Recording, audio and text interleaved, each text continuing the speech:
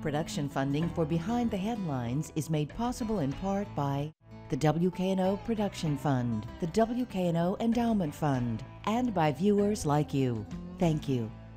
Memphis 3.0 moves towards completion tonight on Behind the Headlines.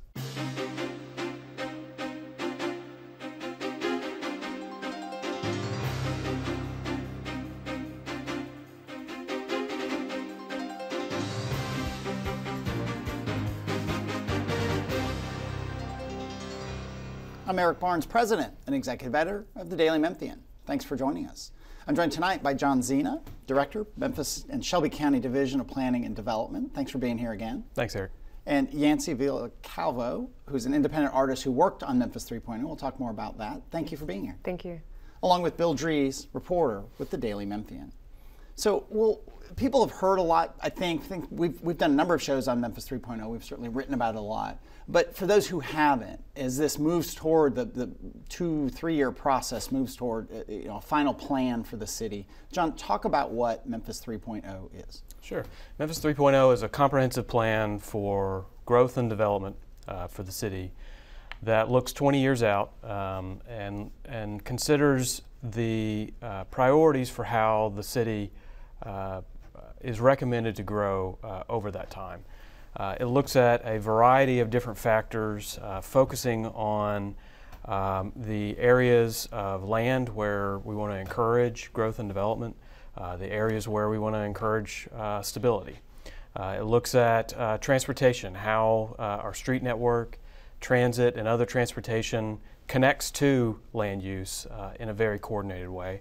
And it looks at other factors as well related to green space, sustainability, infrastructure, and opportunity, and how those elements connect to ultimately the city's vision for growth and development over time. And the draft plan has come out. You move towards Land Use Control Board has to vote on, I think, on February 14th, and then it goes to the City Council. Is that correct? That's right. For approval. The plan is up on the website. Give us the website. Our website is memphis3.0.com. Okay. And the public draft is out there, and we have a public comment period that we've had over the last 60 days, in which individuals have been able to submit comments, and those have been worked into the plan. And what's notable, I will not claim to have read all 412 pages or 21 pages, I can't remember which it was, but I did look at every page and I read some of it and I went through it and we've talked. I had no idea, as many stories as we've done and shows we've done about it, how really detailed it is. I mean, down to the neighborhood level, down to schematics of how roads and streets and trees should, in ideal situations, be planned for in the city. I really expected, and I probably follow this stuff in terms of someone not involved pretty closely, something much more general, much more sort of high-level principles, and those are described in there. But that level of detail, how is that, again, describing how street corners might look and how lanes might be split up and where trees might go, how does that then play out going forward for people who are developing or redeveloping or homeowners and so on and so forth? Sure. So ultimately, the comprehensive plan is a guide that gives the city direction on not only the vision for the city when land use decisions are considered. So when a developer brings an application to our office and they have to go before the Land Use Control Board or the City Council for approval. Up to this point, what we don't have is a vision for the future that says this is what we're attempting to accomplish or want to see in this area with respect to the type of growth. So it gives us a little bit more clear indication of what we want to see in terms of type of growth, which I think is a benefit for community residents as well as developers to understand what are the city's goals for future development. It matters for the city as well because the city makes investments every day on things like infrastructure, makes investments every day on things like transportation, on sewer, and so on.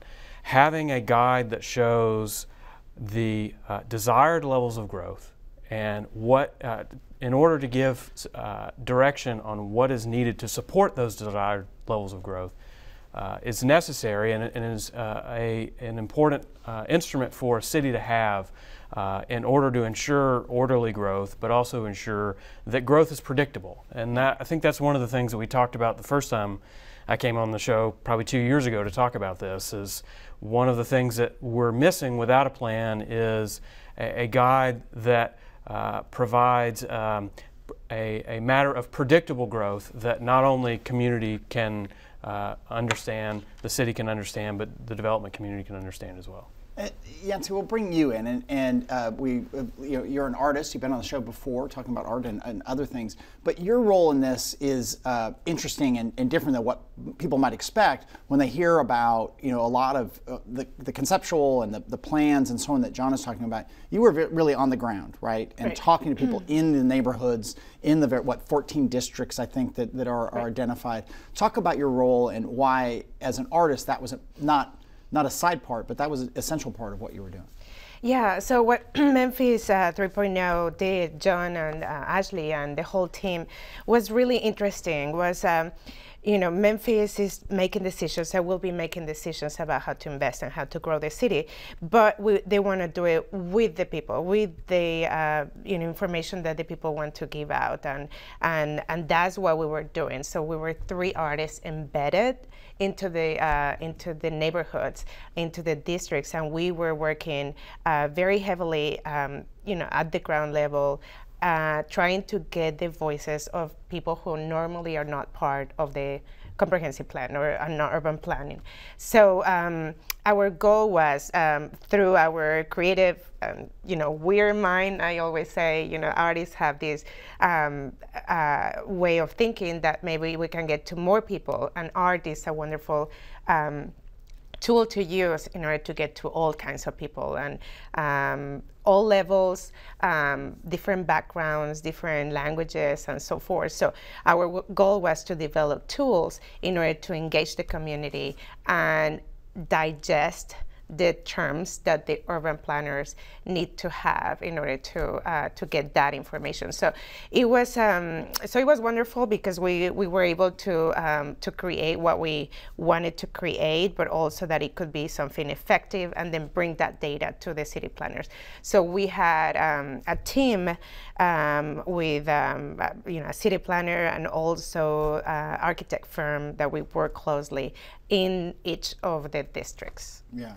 Bill, Therese.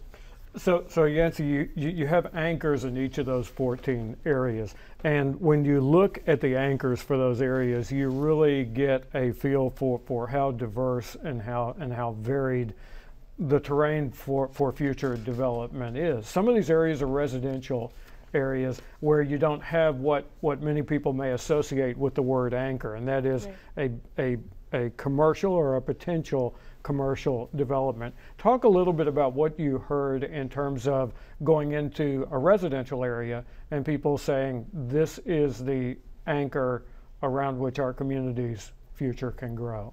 Yes, and that's very important term because people don't recognize those city terms. So anchor might be a word, a heavy word for some people. And so the way that I approached it was to say, okay, where do you hang out? Mm-hmm. Where does your family go? How do you gather? Where do you go after school? Or depending on whoever I was talking to. So that way we could identify the places that they normally go after work, where do they hang out, and what do they value as a family, as an individual. And then after looking at that, we did a lot of tours in each of the districts where the community actually guided the tour, and they would tell us this is where we need to go, look at this. We would drive to that place, and then we would step out of the bus, and then people would say we could do this here, and we have these dreams, and why don't we change this, and we use it in a different way. So that was so much information that obviously the city planners need, and developers as well. Mm-hmm. John, so when a developer or a home builder looks at what's been developed in the plan with those areas where people hang out, what's referred to as the anchors in it, does it in turn encourage their development because it's something they might not have associated with that area or thought about doing before?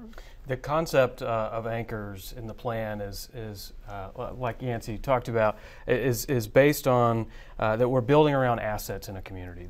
That these are centers of activity.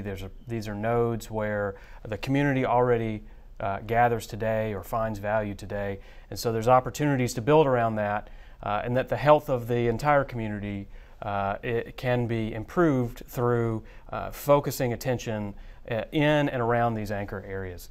So how that translates into the mechanics of the plan, the anchors and ultimately the goals of the anchors get translated onto the land use map. And the land use map describes some of the types of development character that we want to see in the future, some of the detail that Eric mentioned a moment ago, where we do have illustrations that give an idea for the types of change that would be encouraged in those anchors and in those anchor neighborhoods.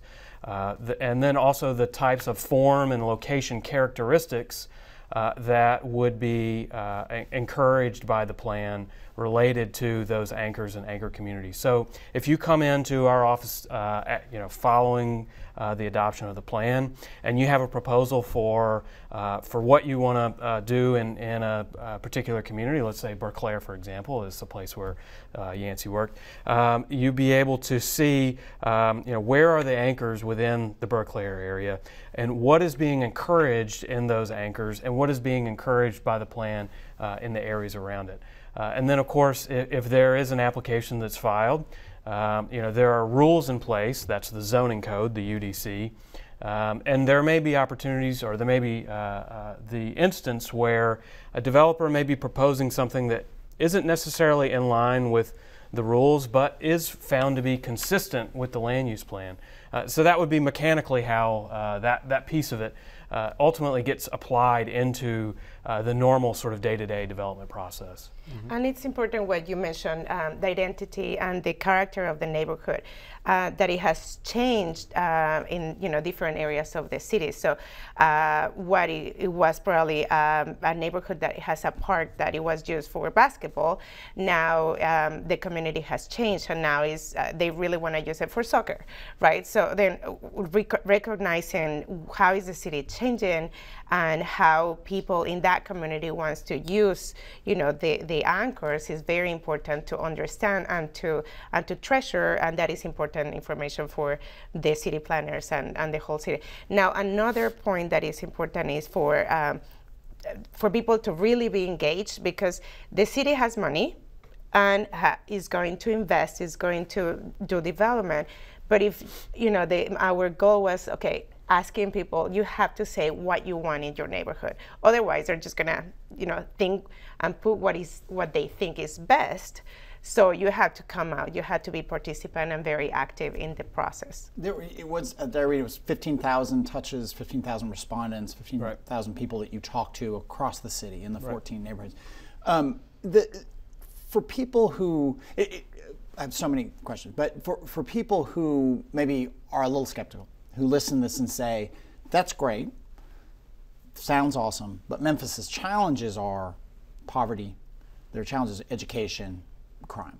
How does this address those things that maybe for a lot of people is more what they associate with, these are what the priorities for the city should be, this is the vision for the city, ought to address those kinds of issues? Sure. Well, so the first thing I think that needs to be said is that the comprehensive plan is very much sort of focused on those elements of land, on connectivity, on opportunity, and there are other plans that the city has.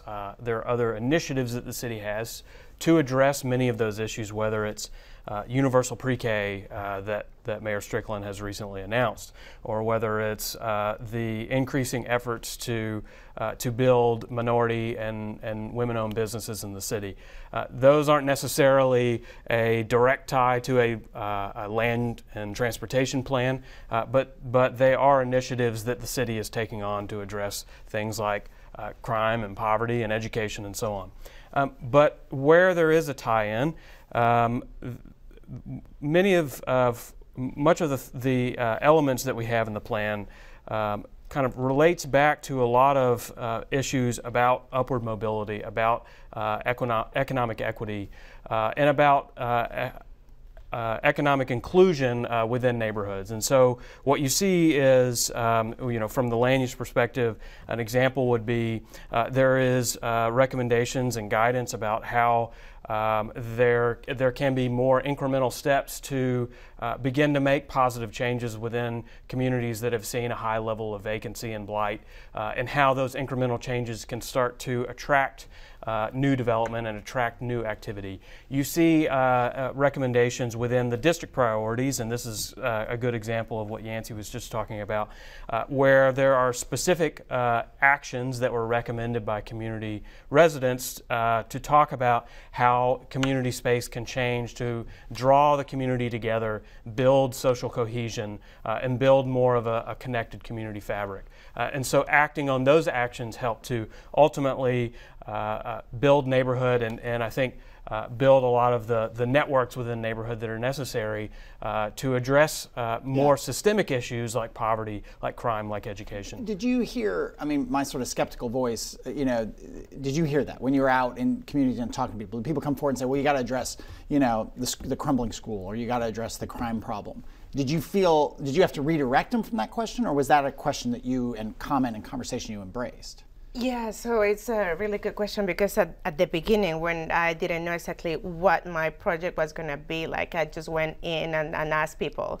So I had very negative, responses at the beginning, and then immediately people would, talk about the bad things that are happening. So I decided to give it a switch and to create this GEMS project, which stands for Go Explore Memphis Soul, but GEMS as a precious stone, as a value, as an asset base. So the whole project was, the most important thing that we have, Memphis has, is you. You are the most valuable thing that we have. You're a Memphis gem. So tell me about yourself, and then after that would be, let's talk about what are you treasuring in your neighborhood? What do you love about your neighborhood? So kind of give it a positive, because the few minutes that you have, you had to make sure that they highlight those anchors, those gems that exist, and then how do we polish those gems?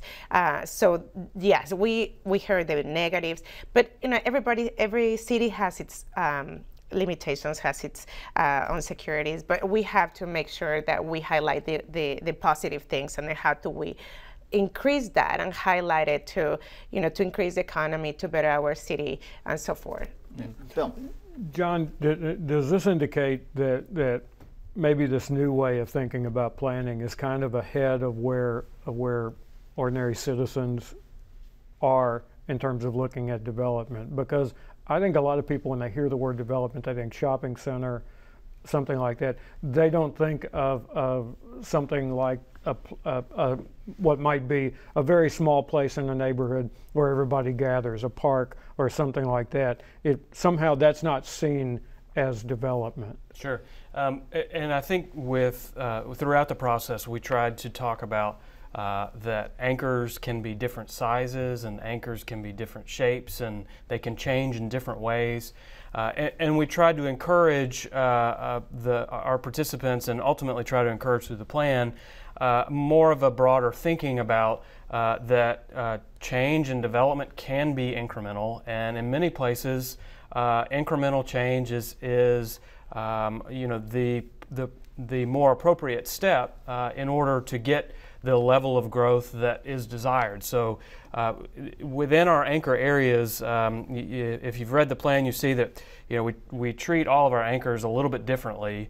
In one way, we treat them differently based on their size and their scale. So there are neighborhood crossings and neighborhood main streets that are much smaller in scale, and places that are largely community supported or neighborhood supported, all the way up to urban centers and downtown, where there's a much more citywide or regional draw, where a lot more people come in and interact and maybe shop or eat or go to work or live. So there's certainly different scales in which these places in community look and feel.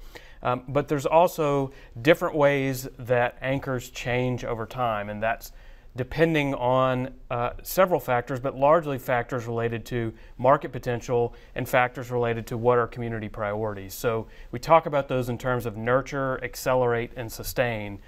So on the side of the spectrum of nurture, places where we've seen there's very little market interest and market involvement in terms of development, but where we think that there are assets that we can build around in communities, and it might take more incremental steps.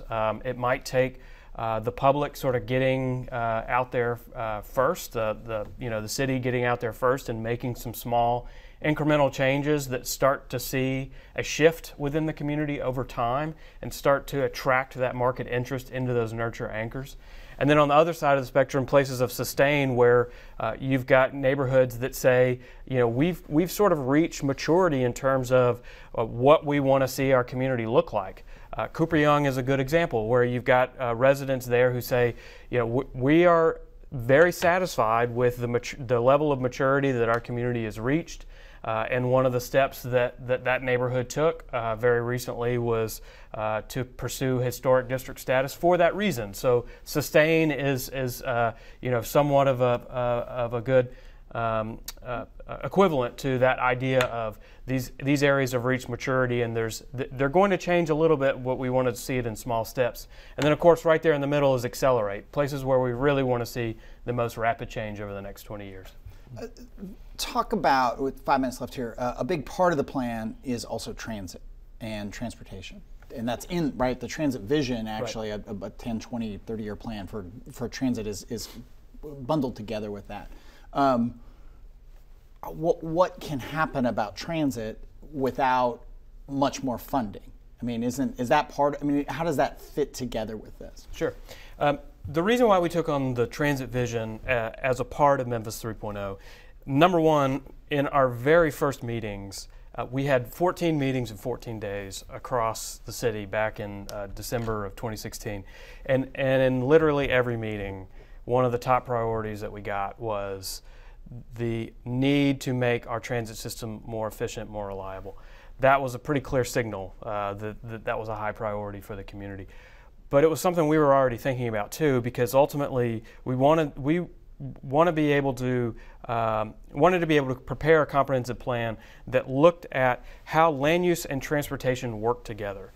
And to the degree that we were thinking about how we want to build walkable, mixed-use, dense anchors, how are those places connected in a way that promotes that walkability, promotes that mix of use in all anchors. And transit is a key ingredient to making sure that happens.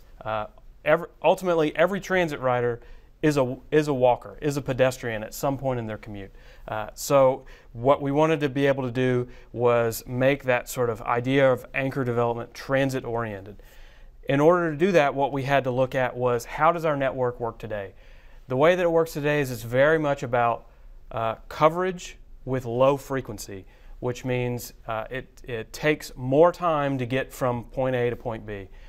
The transit vision shifts that thinking, that philosophy, to a more frequent model, more buses more often, so that more individuals can think about using transit to be able to get from home to work or point A to point B. It will take a little bit more investment in the transit system to get to that frequent network, but we believe that by tying it to the land use plan and by focusing it along with our goals for future growth and density, that density can help continue to sustain and support a more frequent transit system over time. A longer question with just a few minutes left, but when you were out talking to people, did you get concern expressed about gentrification, about neighborhoods that, wait, this could just like turn my neighborhood into a place that's too expensive, that pushes me out, I've lived here forever or generations? Was that a concern that people had, or were they just, no, we just want development, we want more? Both. Yeah. Depending on who you were asking, of course, but that's that's how it's a very important piece of the equation, because we have to be careful on how we're growing, right, and really look at that, the people who are currently there and the identity, what are they representing, and what is the city doing, and the whole neighborhood to empower that community to have the resources to stay in the neighborhood and not be feeling like they're being, sent away. Now there are many neighborhoods changing, and that's also the beauty of it. People are coming back to the city, and that's what we want. We want people to come back and to invest and to better the economy. So one of the things that we are doing is working at the bottom to, through the arts, and highlighting those neighborhoods and how many of them feel like Memphis have a negative perception of their neighborhood, and they want to highlight it. How do we do that? Through the arts. So we're having a series of art projects with the community, by the community, to invite the rest of Memphis to learn about their history, to learn about their new stories. And then in the top, how do we get this plan to be adopted and Memphis to become competitive with other cities by increasing, retaining talent, right, and bringing more talent to the city. All right. Well, we will leave it there, and I'm sure we'll do more stories about this as it goes forward. Thank you for being here. Thank you, Bill, and thank you for joining us. Join us again next week.